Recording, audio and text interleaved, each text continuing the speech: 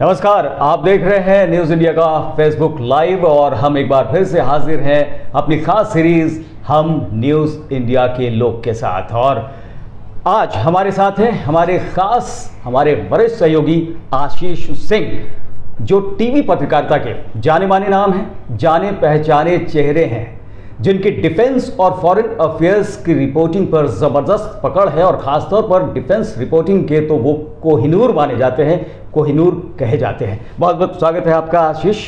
मुंबई के चौल में जो सपनों की उड़ान आपकी हुई, उसके बाद तेजस की उड़ान तक अपने सफ़र को आप कैसे देखते हैं, क्योंकि ये सारी चीज़ें लोग देख रहे होंगे, वो जानना चाहते हैं। बहुत बहुत शुक्रिया करुण सर। सबसे पहले वो भी आपके ऐसे इंडस्ट्री के सीनियर से इस तरह का इंट्रोडक्शन मिलना मेरे लिए सौभाग्य की बात है। जहाँ तक रही बात की चौल से दिल्ली तक का सफ़र काफ़ी अच्छा रहा है। कई लोगों को ऐसा लगता है कि वो एक वीकनेस होती है। अगर आप किसी जैसे कि मैं बहुत ही इकोनॉमिकली वीकेस्ट सेक्शन से फैमिली से मैं आता हूँ, तो वो एक वीकनेस ही होती है, पर मेरे लिए ये सबसे बड़ी स्ट्रेंथ है। क्योंकि स्ट्रेंथ इसलिए है क्योंकि जर्नलिज्म में ना, जब आप वो जो आखिरी आदमी का दर्द, गुस्सा और उसकी तकलीफ़ें जब कोई समझ सकता है ना, तो जर्नलिस्ट का समझिए कि आधा काम उसका पूरा हो जाता है। बिल्कुल। तो वो एक मेरे लिए बहुत ही अच्छा एक बेस का काम करता है। क्योंकि जनरली जिस स्पेसिफिकली अगर हम देखें डिजिटल में, टीवी में, तो काफ़ी कुछ स्टूडियो जर्नलिज्म होता है ना। तो वो उसमें उसका एक कॉम्पनसेशन, एक ऑफसेट फैक्टर मुझे मिलता है कि मुझे पता है कि वो पानी की कमी क्या होती है, मुझे पता है कि वो कोविड के समय पे अगर लोगों को खाना नहीं मिले तो क्या होता है, वो केरोसिन की लाइन लगाकर सरकारी दुकान से लेना, वो मुझे पता है। तो पेट्रोल का जब दाम बढ़ता है तो कैसे किचन का बजट हिलता है, ये इसका एहसास है। यानी जो सरोकार लोगों के होते हैं, सीधे सीधे जुड़े होते हैं और उनकी भावनाओं को समझते हैं, और तब जाकर जो रिपोर्टिंग आप करते हैं वो निखर कर आता है, लोगों से सीधे जुड़ता है। और इसीलिए लोग कहते हैं कि हौसले का दूसरा नाम आशीष सिंह होता है, और वो रिपोर्टिंग कहीं भी करने से पीछे नहीं हटते, नहीं हिचकते। तो डिफेंस रिपोर्टिंग की बात आती है, इन सरोकारों की बात तो खैर आती ही है, लेकिन जब आप डिफेंस सेक्टर में आते हैं तो ऐसा लगता है कि आपका हुनर और निखर कर सामने आ जाता है। जब तेजस विमान जैसे होते हैं, ये सारे जो आपने स्केल रखे हैं, मॉडल्स रखे हैं, इनके बारे में कुछ बताइए, फिर आपके जो पुराने दौर में उसमें हम चलेंगे। ऐसे लगभग जैसे आपके दाईं तरफ दिख रहा है, ये आम का मॉडल है, स्केल मॉडल है। मैं दर्शकों को जरूर बताना चाहूँगा, ये किसी लाजपत नगर या चांदनी चौक के खिलौने की दुकान से लिया गया चीज़ नहीं है। जैसे कि आम का मॉडल है, ये 1:40 स्केल का मॉडल है। ये ऑफिशियल जितने भी इस तरह के मेरे पास मोमेंटोज हैं, एक डजन से ज़्यादा हैं, इन सब के साथ में कोई ना कोई ऑफिशियल मेमोरी है।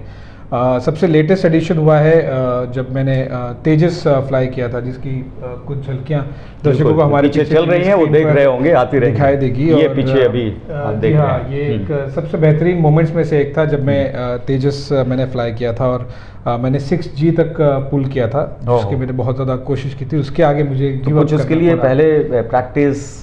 जी हाँ, बिल्कुल। चाहे वो फिजिकल टेस्ट हो, मेंटल टेस्ट हो, ये सब कुछ चेक किया जाता है। क्योंकि जब आप एक बार आसमान में होते हैं तो फिर you are on your own, है ना। वो आप वहाँ पे आपको रीटेक का मौका नहीं मिलेगा। और अगर कोई इमरजेंसी आती है, जो कि फाइटर जेट्स में बहुत फ्रीक्वेंटली आती है, तो वो बहादुरी और बेवकूफ़ी के बीच में वहाँ पे बहुत पतली लाइन होती है, और वो लाइन अगर कोई नहीं समझ पाए तो फिर वो जान से भी हाथ धोना पड़ सकता है। तो ये एक अनुभव था, बहुत अच्छा अनुभव था। लेकिन जब आपने डिफेंस रिपोर्टिंग की बात की तो कई मिलिट्री ऑफिसर्स मुझे पूछते हैं, आर्मी, नेवी, एयरफोर्स वाले, कि do you have military background. Generally ऐसा एक ट्रेडिशन सा होता है कि किसी का जो आर्मी में है, नेवी में, एयरफोर्स में, उनके बेटे बेटियां भी उसमें ज्वाइन करते हैं, और वो बहुत ज़्यादा क्योंकि उनके बेसिक बहुत आपके अंदाज से तो लगता है कि आप आर्मी बैकग्राउंड के हैं। उन्हें बिल्कुल पहली बार में ही मुलाकात में लगता होगा कि आप आर्मी बैकग्राउंड से हैं। और ये भी बताना चाहूँगा व्यूअर्स जो हैं उनको कि जो भी आर्मी, नेवी, एयरफोर्स, जो भी एक्लॉट्स होते हैं, जो भी वहाँ से अगर किसी जर्नलिस्ट को गिफ्ट करना है, अवार्ड देना है, तो आशीष सिंह, इनका नाम सबसे पहले आता है। सभी 1 to 1 हो चुके हैं, इसके बारे में ज़रा कुछ बताइए। इस पे मैं इनफैक्ट मेरी कोई खास बात नहीं। ये आई thank specifically general Bipin Rawat, जो CDS हैं अभी, उसके बाद में general Naravane, admiral KB Singh जो कि नेवी चीफ हैं, और एयर चीफ मार्शल भदौरिया, और भी जितने भी चीफ हैं, कोस्ट गार्ड के चीफ ADG नटराजन जी, इन सबसे मुझे एक अच्छा सपोर्ट मिला है। तो देखिए, ये 2 वे स्ट्रीट होता है। मुझे बहुत अच्छा लगता है मिलिट्री के बारे में रिपोर्ट करना, क्योंकि देश के लिए सबसे महत्वपूर्ण चीज़ों में से एक है। और जब जर्नलिज्म की बात करते हैं हम, तो जो भी जर्नलिज्म कॉलेज का आज स्टडी कर रहा होगा, उसे अगर आप कोई पूछेंगे तो 90% लोग यही आपको उत्तर देंगे कि क्यों जर्नलिस्ट बनना है या फिर जर्नलिज्म करना है। बोलेंगे देश बदलना है, समाज बदलना है। तो देश और समाज पे मिलिट्री सबसे बड़े डोमेन्स में से एक है जो अपना इम्पैक्ट छोड़ती है। तो उसके बारे में रिपोर्ट करना मुझे बहुत ज़्यादा अच्छा लगता है। और एक डिफेंस में आपको ज़रूर बताना चाहूँगा और दर्शकों को भी कि डिफेंस एक ऐसा बीट है जो केवल लड़ाकू जेट और टैंक और मिसाइल्स नहीं होता है। डिफेंस में जब आप बात करें तो आपको डिफेंस डिप्लोमेसी, अमेरिका क्या है, इजराइल क्या है, केनिया क्या है, जिम्बाब्वे क्या है, श्रीलंका क्या है, पाकिस्तान क्या है, यानी कि विदेश नीति भी आ जाती है। बिल्कुल। और डिफेंस में अगर आप ग्लोबल लेवल पर देखें तो डिफेंस को जो सबसे ज़्यादा ड्राइव करता है वो स्ट्रैटेजिक रिलेशन के अलावा वो है इकोनॉमी। बिल्कुल। और तो जियोपॉलिटिकल सिचुएशन ये भी तो ये बहुत कॉम्प्लेक्स बीट होता है, इसमें काफ़ी कुछ सीखने के लिए मिलता है। कोई भी 50 साल की रिपोर्टिंग करने के बाद में भी ये नहीं कह सकता कि मुझे डिफेंस का सब पता है। इस बात का भी ख्याल रखना होता है कि रिपोर्टिंग हम कर रहे हैं किसी भी आर्म्स के बारे में, अगर हम बता रहे हैं जो भी आने वाली चीज़ें हैं जो हमारे पास है, तो उसमें बस उतनी ही चीज़ें हम बताएं जिससे कि दुश्मन देश को भी ना फायदा हो जाए। कुछ इसका भी ख्याल रखना पड़ता है। ये तो का ख्याल हमेशा रखना पड़ता है करुण सर, क्योंकि इसमें ना जितनी इन्फॉर्मेशन हमें होती है, क्योंकि जो देख रहे व्यूअर्स जो डिफेंस में जाना चाहते हैं, रिपोर्टिंग के लिए पत्रकारिता करना चाहते हैं, उनके लिए बहुत ही ये खास होगा, इसलिए ध्यान से सुनिए। बिल्कुल। ये करुण सर, इसमें ना जितनी भी इन्फॉर्मेशन हमें मिलती है, क्योंकि हम जर्नलिस्ट बाद में हैं, पहले देश के नागरिक हैं। बिल्कुल। जब आप पैदा हुए तो आप नागरिक बन गए। बिल्कुल। जर्नलिस्ट तो आप कम से कम 18 के बाद ही बने होंगे, कोई भी हो।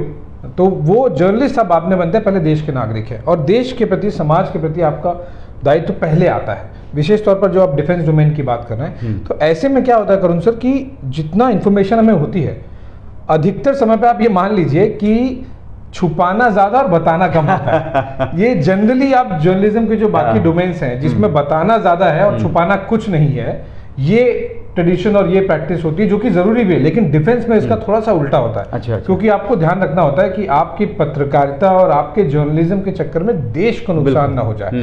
और बहुत सेंसिटिव चीजें होती हैं, जैसे मैंने बताया कि बहुत कॉम्प्लेक्स बीट है, इतनी आसान है नहीं जितना कई लोग। हम बात कर रहे थे फॉरेन रिपोर्टिंग की। आशीष जी, आपसे जानना चाहेंगे कि फॉरेन जो रिपोर्टिंग हुई उसमें किस तरह का अनुभव रहा।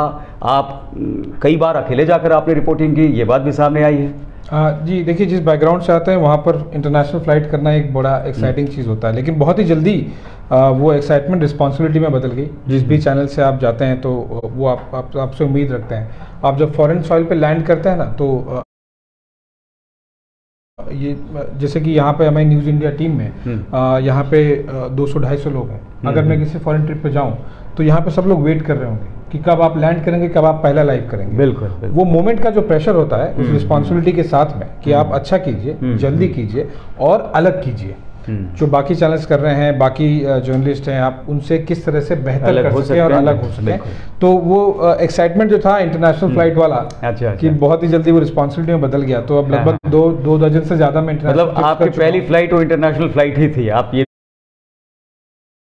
भी कह रहे हैं। जी, एक्चुअली ओकेजन ऐसा था कि मैं फ्लाइट में पहली बार बैठा। तो वो जापान ही गया था मैं सीधा। अच्छा। और वहाँ पर इंडियन जूनियर डेलीगेशन का मैं रिप्रेजेंटेटिव था। तो इंडिया, पाकिस्तान और बाकी से भी टीम आई थी। तो पहली फ्लाइट इंटरनेशनल, तो वो नीरज चोपड़ा वाली स्टोरी जो दर्शक आजकल देख रहे होंगे कि अपने पेरेंट्स को लेके गए, वो एक बहुत ही एक्साइटिंग था। मेरे लिए भी था। उसके बाद में मैंने कोशिश की जल्द से जल्द अपने पेरेंट्स को भी मैं कोई फ्लाइट में ले जाएं। अभी वो डोमेस्टिक ही जा चुके हैं। अब तो मम्मी पापा इतना बोलते हैं कि तू टेंशन मत ले, एयरपोर्ट हम खुद चले जाएंगे, हमें पता है।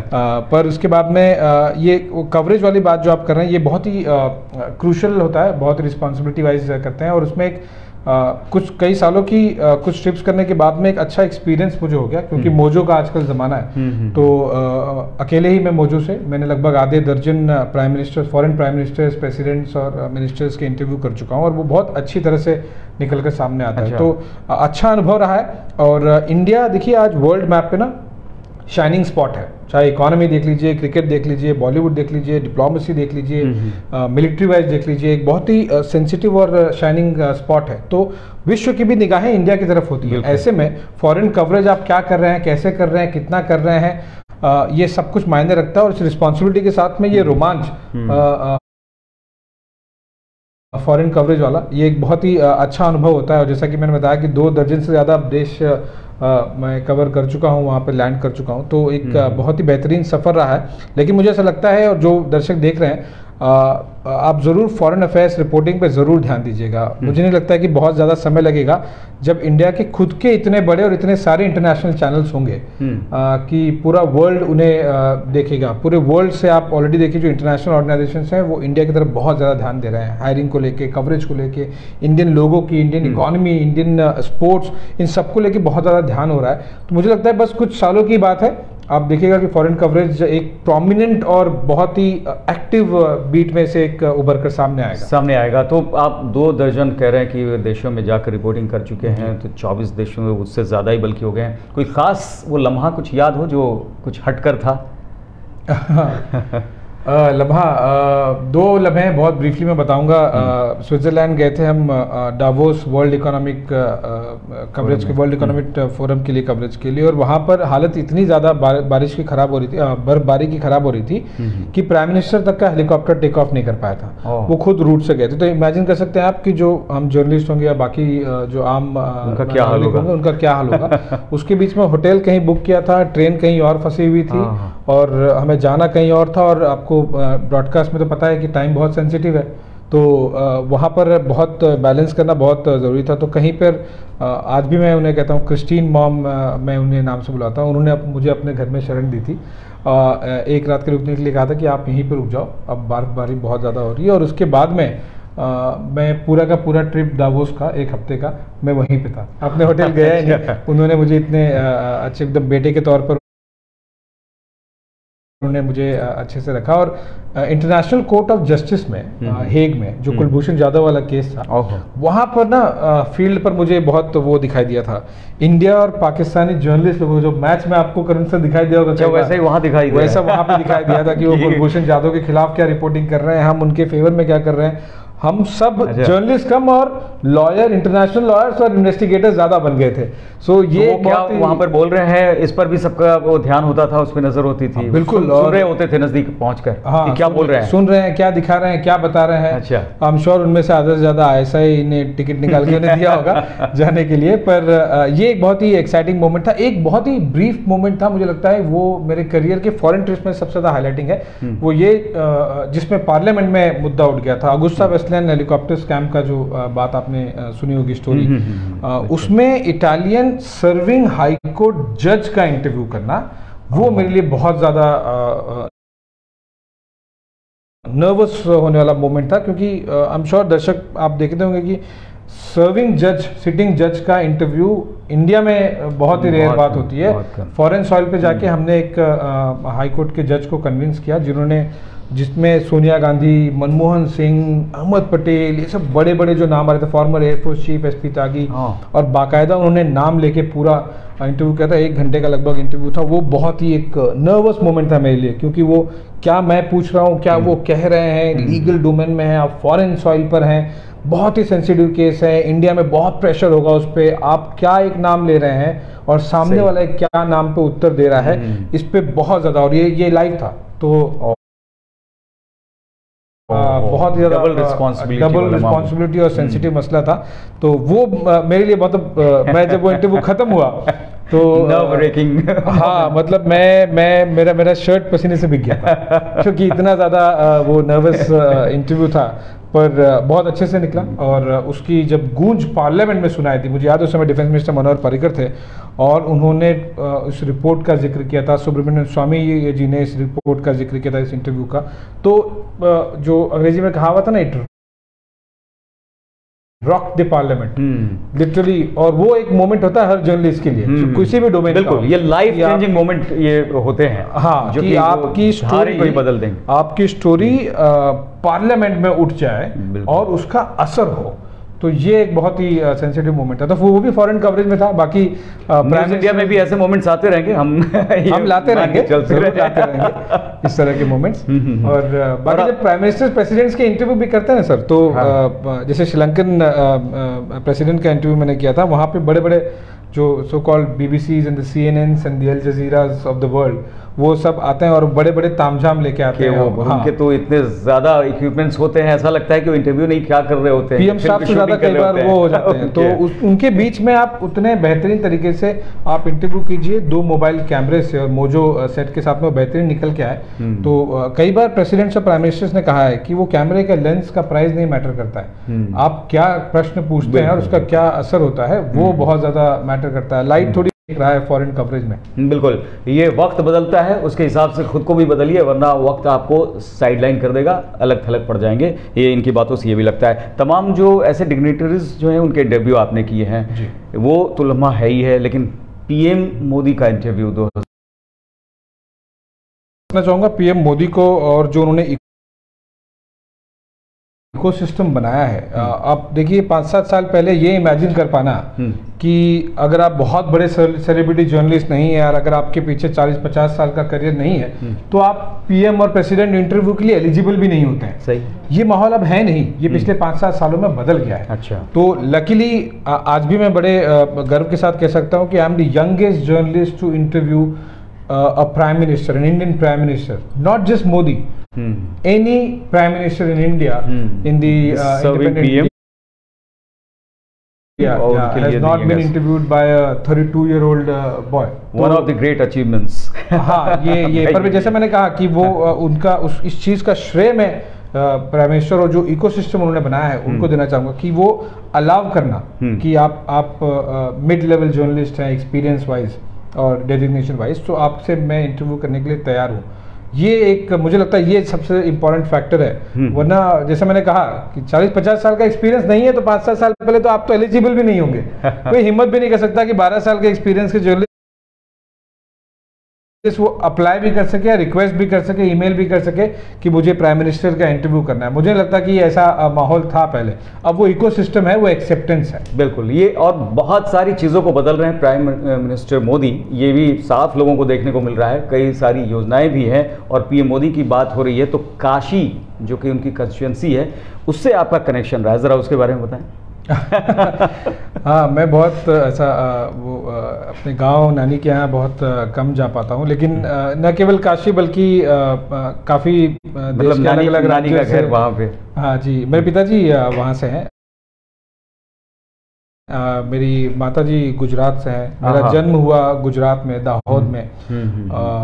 कई बार इनफैक्ट गुजरात और काशी ये दोनों का कनेक्शन आपका? हाँ, मैं पला बड़ा मुंबई में और अब पिछले 7 सालों से दिल्ली में हूँ। इनफैक्ट कई बार फॉरेन टूर्स पे जब प्राइम मिनिस्टर गुजरते हैं और देखते हैं कि जर्नलिस्ट लोग खड़े, तो एक बार मजाक में वो बोलते भी, उनकी शार्प मेमोरी है कि इंटरव्यू के समय उन्हें याद था, उनके पास तो पूरा बायोडाटा चला ही जाता है कि कौन आ रहा है उनसे मिलने, क्या कुछ। तो बर्थ प्लेस दिखता है उन्हें कि दाहोद है गुजरात का, तो वो पूछते भी थे एक बार गुजरात में दाहोद जानो छे। तो वो शार्प मेमोरी बोल लेते हैं आप अच्छे से? हाँ, काफ़ी अच्छे से बोल लेते हैं। और काशी की भाषा हाँ एकदम बेहतरीन तरीके से बोल लेते हैं। और अब तो उत्तर प्रदेश में है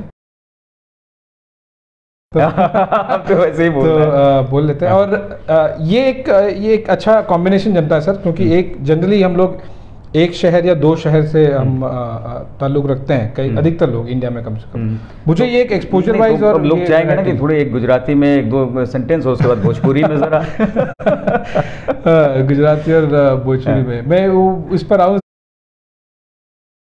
उससे पहले मैं जरूर कहना चाहूँगा कि ये जो 4 शहरों वाला कॉम्बिनेशन है ना, ये आपको बहुत एनरिच करता है। बिल्कुल, आप मुंबई, हाँ, मुंबई में आप पले बड़े हो। मुंबई का एक अलग प्रोफेशनलिज्म है, एक अलग हार्डवर्क है। दिल्ली का एक अलग कल्चर है जहाँ पे मराठी भी आप एकदम सो वो गुजराती का एक अलग कल्चर है और उसका एक अलग भाषा है, और उत्तर प्रदेश का एक अलग है। तो ये as an Indian, as a journalist बहुत आपको एनरिच करता है जब आपके पास इतने सारे कल्चरल बैकग्राउंड हो, प्रैक्टिकल वाले, और आपके रगों में वो कल्चर दौड़ता है। तो मतलब आई can say that at least UP and Gujarat are in my blood, in my genes. वो जीन्स में है मेरे, और स्टाइल में आपको मेरे दिखाई देगा जो एक ह्यूमन बिहेवियर होता है वो मुंबई वाला चीज़ दिखाई देगा। वैसे भी कहते हैं कि अगर मुंबई और दिल्ली को आप मिला लें, ये कॉस्मोपॉलिटन कल्चर है, आप तो पूरे इंडिया को आत्मसात कर लेते हैं। तो आप तो उसमें गुजरात भी और यूपी और सारी जगहों को जोड़ रहे हैं जी। आर्थिक और पॉलिटिकल राजधानी दोनों से भी हमें कनेक्शन मिल जाता है। तो अब एक बार बस जल्दी से ये चाहेंगे कि आप मुंबई से और अभी तक के सफ़र में कहाँ से टच करते हुए निकले थे? मुंबई से यहाँ तक के सफ़र काफ़ी अच्छा है, एनरिचिंग रहा है। करियर वाइज मैं 3-4 अलग अलग मीडिया ऑर्गेनाइजेशंस में इंग्लिश और हिंदी में काम कर चुका हूँ, और ये एक डिफ़िकल्ट मोमेंट था क्योंकि मैंने शुरुआत की थी एक हिंदी चैनल से, और उसके बाद में मैं एक इंग्लिश चैनल में गया जो कि इंडिया का उस समय पे सबसे बड़ा सबसे नंबर 1 इंग्लिश। अच्छा, इसी में मुझे याद आ रहा है ग्रेजुएशन में पहली बार आपका अंग्रेजी से पढ़ा और आप फिर फर्राटेदार अंग्रेजी में आपने वो। हाँ, हमने जैसा कि मैंने जिस बैकग्राउंड से आता हूँ तो वहाँ पे उस समय पे ना अंग्रेजी मीडियम में पढ़ाई करना एक बहुत बड़ी उसको एक चैलेंज की तरह आपने लिया होगा मुझे। हाँ, मतलब इंग्लिश को तो घोर के पी गए वैसा वाला सीन था। पर स्कूलिंग में पढ़ाई की तो वो इंग्लिश मीडियम से थी नहीं। कौन से स्कूल्स थे वो आपको सुन रहे होंगे तो लोग कहेंगे? हाँ, मैंने फर्स्ट स्टैंडर्ड से 10th स्टैंडर्ड तक मैंने हिंदी हाई स्कूल, नाम में जैसे कि रखा है हिंदी हाई स्कूल, मुंबई के घाटकोपर से मैंने पढ़ाई की थी। उसके बाद मैं रामदेव इंजीनियर वाला कॉलेज में। तो जब एक्चुअली में जब ग्रेजुएशन में सब कुछ इंग्लिश में आता है तब समझ में आता है काला अक्षर भैंस बराबर। तो जब आप उस बैकग्राउंड से नहीं होते हैं, सोसाइटी में आपके फ्रेंड्स, आपकी फैमिली वो बात नहीं कर रही है, उस लैंग्वेज में बात नहीं कर रहे हैं, तो आपको बहुत बड़ा चैलेंज होता है। और वहाँ से फिर आप इंडिया के बिगेस्ट इंग्लिश चैनल में अगर आपको रिपोर्टिंग करनी पड़े, लाइव एंकरिंग करनी पड़े, तो उसके लिए आपको चैलेंज बहुत ज़्यादा लगता है। बहुत लोग फेल कर जाते हैं, पर मैंने उसको ये मेक और ब्रेक वाला सिचुएशन लिया कि अगर करना है तो अभी ही करना है, बाद में नहीं हो पाएगा। तो उसे किया, और जैसे मैंने कहा कि फिर इंग्लिश को पूरी तरह से हम घोल के पी गए कि फ़र्क ही ना पता चले कि आप किस स्कूल से पढ़े हैं, किस बैकग्राउंड से हैं। मतलब फॉरेन कंट्री में आप जाइए, फॉरेन मिनिस्टर से कीजिए, आप फॉरेन डिप्लोमेट से, एम्बेसडर्स, हाई कमिश्नर से आप बात कीजिए, उन्हें लगे ही नहीं कि आप इंग्लिश अभी बस पिछले 10-12 सालों में सीखे हुए हैं। लेकिन ये एक मुझे ये एक और बैरियर सा भी लगता है समाज में कि ये इसे आप इस तरह से मत देखिए, कोई भी स्पेशली जो यंगर जनरेशन देख रहा है, कि ये इंग्लिश आना बहुत ज़रूरी होता है, ये ज़रूरी नहीं है। आप डोमेन और अपनी एक्सपर्टीज़ पे ध्यान दीजिए, काबिलियत पे ध्यान दीजिए। लैंग्वेज आपकी आ जाती है, इशू नहीं होता है बहुत आसानी से, और आज का ग्लोबल और टेक्नोलॉजिकल सोशल मीडिया और डिजिटल वाला वर्ल्ड है, तो वैसे भी आपको काफ़ी कुछ इंग्लिश वगैरह आपके आँख पे, कान पे और ज़ुबान पे जो 3 इंद्रियाँ किसी भी लैंग्वेज के लिए ज़रूरी होती है वो ऑलरेडी आती रहती है। लेकिन यस, चैलेंजिंग होता है, प्रैक्टिकल वर्ल्ड में लोग जज करते हैं, तो आपको उसके पॉइंट ऑफ व्यू काफ़ी ज़्यादा मेहनत करनी पड़ती है अगर आप उस बैकग्राउंड से आ रहे हैं जहाँ पे अंग्रेजी में बात होती नहीं है, अंग्रेजी में पढ़ते नहीं है। लेकिन यस, चैलेंज के तौर पे लीजिए, उसे आगे कीजिए। और आज ये इस तरह का सिचुएशन आ गया कि कई बार मुझे हिंदी में बात करने के लिए हिंदी वर्ड ढूंढने पड़ते हैं। वो उसके पीछे एक बहुत वजह होती है सर, कि कई लोग 90% इंडिया में मैंने देखा है, लोग जो इंग्लिश सीखते हैं वो एक गलती करते हैं कि सोचते हैं हिंदी में, फिर ट्रांसलेट करके इंग्लिश में बोलने की कोशिश करते हैं। तो अगर आपको किसी भी लैंग्वेज पे, चाहे वो फ्रेंच हो, रशियन हो, मैंड्रीन हो, आपको उस पर कमांड पानी, तो आपको सोचना ही पड़ेगा उस लैंग्वेज में। तो ये एक आज ड्रॉबैक सा हो जाता है कि क्योंकि आप इतना घुस गए, मैंने इतना उसको घोर के पिया है अंग्रेजी को, कि आज कई बार ना हिंदी वाले वर्ड सारे इंग्लिश में ही आप सोच रहे हो। हाँ, वो सोच में उस तरह से आ जाता है। बट या इट्स गुड चैलेंजिंग जर्नी, अच्छा लगता है। और अभी शुरुआत है, आगाज है, अभी और आगे से ले जाएंगे। आसमान तो अभी है, स्काई इज द लिमिट। वैसे भी आप आसमान में उड़ान भरने में अब माहिर ही हो गए हैं और आगे उड़ान भरते ही रहेंगे। बंदिशें हैं अभी समय की, वरना इस बातचीत को लगातार हम आगे बढ़ाते रहते। अगली बार एक बार फिर से आशीष जी को लेकर हम लोग आएंगे, ऐसा लगता है। प्रोड्यूसर से बात करेंगे, इजाज़त देंगे तो अगली बार भी हम लेकर आएंगे। लेकिन फिलहाल बहुत बहुत शुक्रिया हमसे बातचीत करने के लिए। तो आशीष आज हमारे साथ थे, हम न्यूज़ इंडिया के लोग, और ऐसे लोगों से लगातार हम आपको बातचीत कराते रहेंगे। जब न्यूज़ बुलेटिन्स हमारे वो सामने आएंगे तो भी जो एक्सपीरियंस है वो भी आप देखते रहेंगे। और तमाम अपडेट्स के लिए आप हमारी वेबसाइट भी www.newsindia.tv लॉग इन करें और तमाम अपडेट्स पाते रहें, लगातार हमसे जुड़े रहें।